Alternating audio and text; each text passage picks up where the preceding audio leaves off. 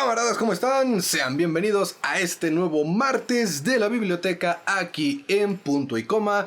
Y el día de hoy, retomando una conversación que se quedó a medias desde hace un buen de tiempo, vamos a retomar hablando sobre movimientos literarios, sobre todo movimientos literarios de Latinoamérica. Y el día de hoy toca hablar del movimiento de la onda. Un movimiento, la verdad, poco conocido, y lo sé porque yo no me había enterado de la existencia de este pedo hasta hace poquito tiempo. Por eso decidí hacer el video del día de hoy. Así que si tú, como yo, no tenías ni idea de qué es el movimiento de la onda, o estás estudiando la prepa o alguna carrera en letras o algo y te apareció este video por casualidad, pues acompáñame en el video del día de hoy, donde hablaremos del movimiento de la onda. Eso sí, antes de continuar, banda, y antes de ir con el intro, pequeño disclaimer: evidentemente yo no soy un erudito catedrático egresado de la mismísima UNAM en materia de temas de historia de la literatura. Por lo mismo, entiendan este video como el resultado hecho de una investigación creada y pensada e investigada, por una persona fanática de la literatura y de su mundo, y del cómo la rodea y de cómo fue su evolución. Así que les recomiendo que si quieren más información a profundidad, con detalles más específicos y todo acá bien intelectual, mejor hablen con un profesional en este pedo. Yo nada más soy alguien fanático a la literatura y a su mundo. Así que, habiendo aclarado esa situación, ahora sí vamos con el intro y con el movimiento de la onda.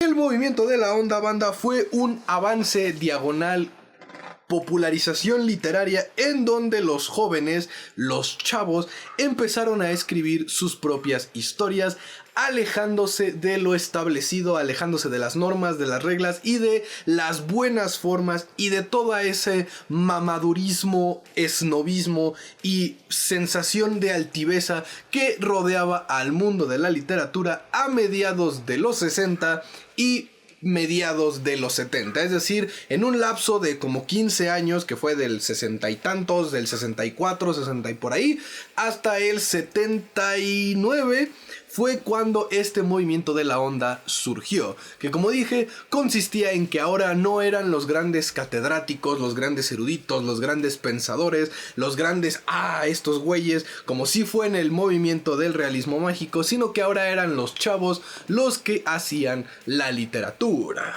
Y por lo mismo, como era una literatura hecha por jóvenes, hecha por la chaviza, la gente que andaba en la onda, fue una literatura caracterizada por no tener tapujos, por no tener tabús, por recomendar y alabar mucho el despertar sexual, la libertad sexual, el uso de estupefacientes, el consumo de drogas y el andar contra el sistema.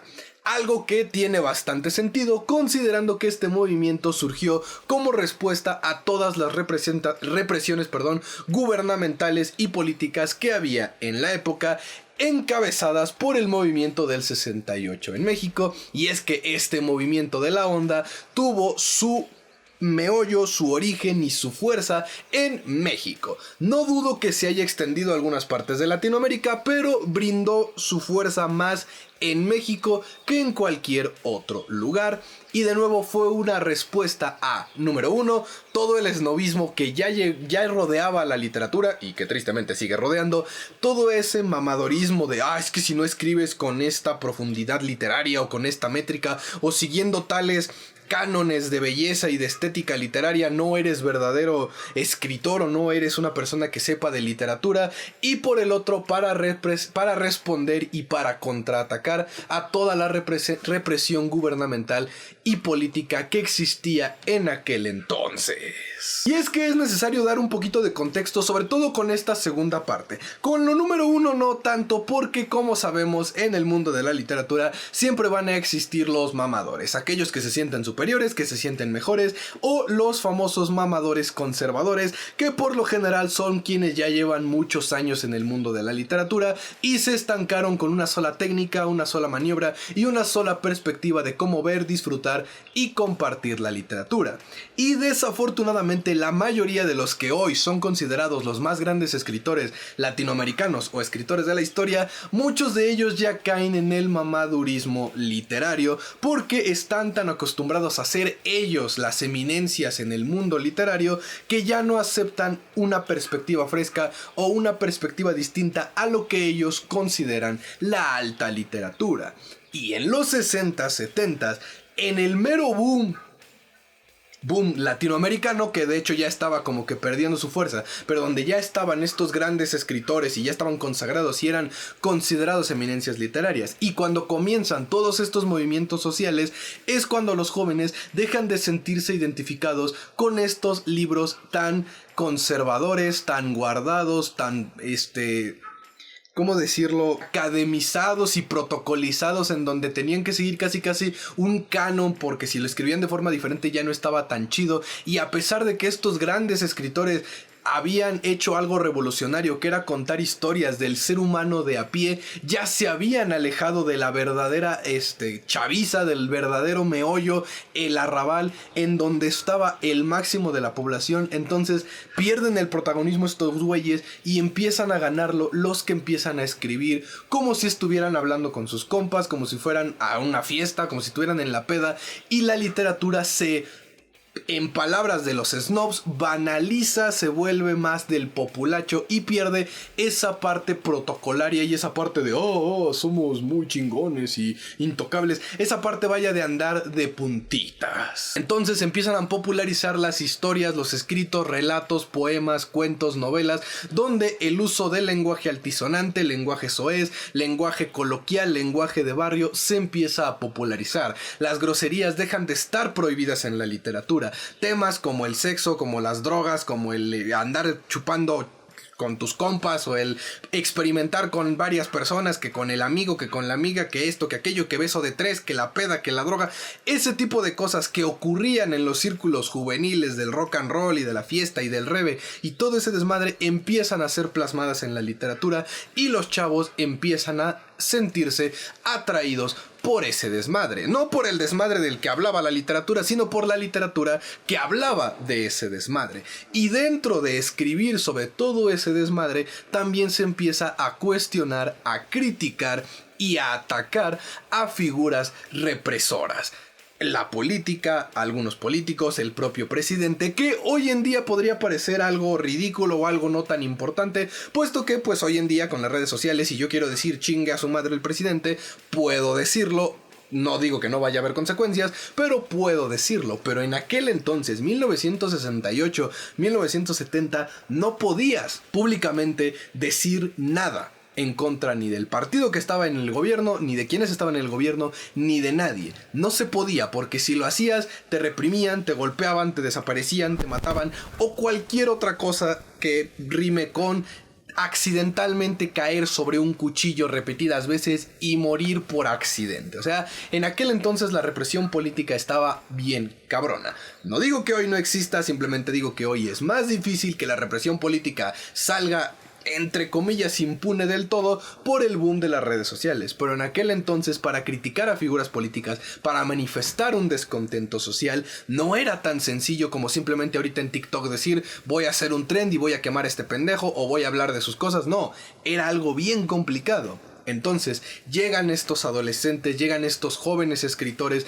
que empiezan a en sus relatos no solo plasmar la forma en la que vivían estos jóvenes de la onda, sino que al mismo tiempo empiezan a plantear cuestionamientos o alegóricamente escribir sobre el descontento de la sociedad y empiezan a generar esa popularidad.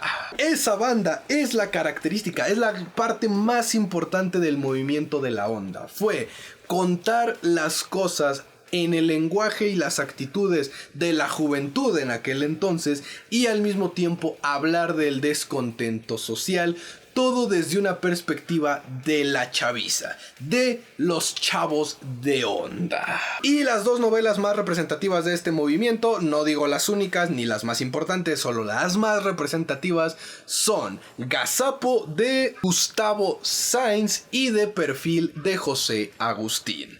Esta de perfil me suena más porque creo que me la recomendaron en la universidad, pero tristemente no he leído ninguna de las dos. Me comprometo a leerlas en un futuro para ver de qué chingados tratan y hacerles una reseña aquí en el canal.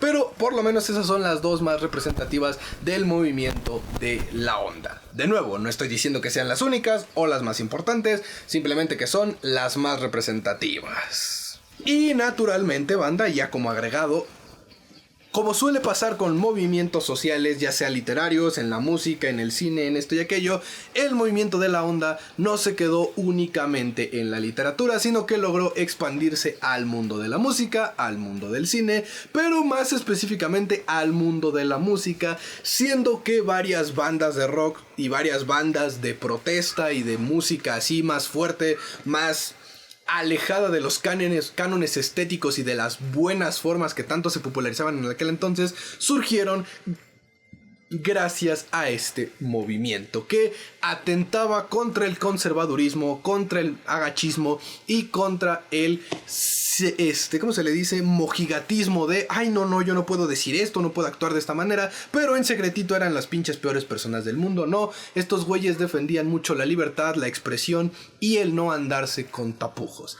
Eso fue el movimiento de la onda. Ahora bien, banda, es difícil decir en qué momento termina el movimiento de la onda, porque la verdad es que es difícil decir en cualquier movimiento literario en qué momento termina, porque no es como decir, empezó en tal año y terminó en tal año y ya a partir de ese año ya no se volvió a hablar de ese movimiento o no se volvió a hacer nada parecido a ese movimiento, sino que cuando un movimiento literario llega o nace, no es como que tenga una fecha de caducidad.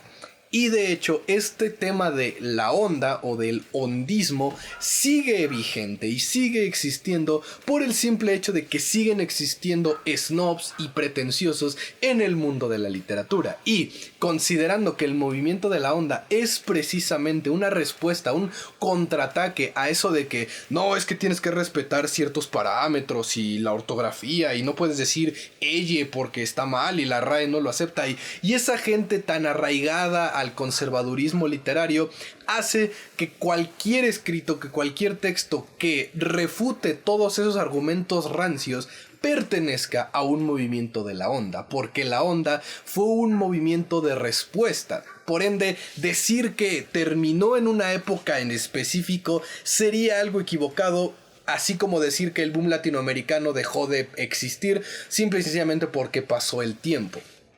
Los movimientos literarios no mueren. Se les busca una fecha en donde llegaron a su máximo apogeo, ahí sí te la puedo pasar, pero como tal no mueren. Y lo repito, mientras sigan existiendo jóvenes, chaviza, que escriba las cosas como son y sin tapujos, y cuestione lo establecido y lo snob en el mundo, ya sea de la literatura o del arte, eso será el movimiento de la onda. Pero el punto más fuerte del movimiento de la onda fue en el 74 con un festival de rock que fue la...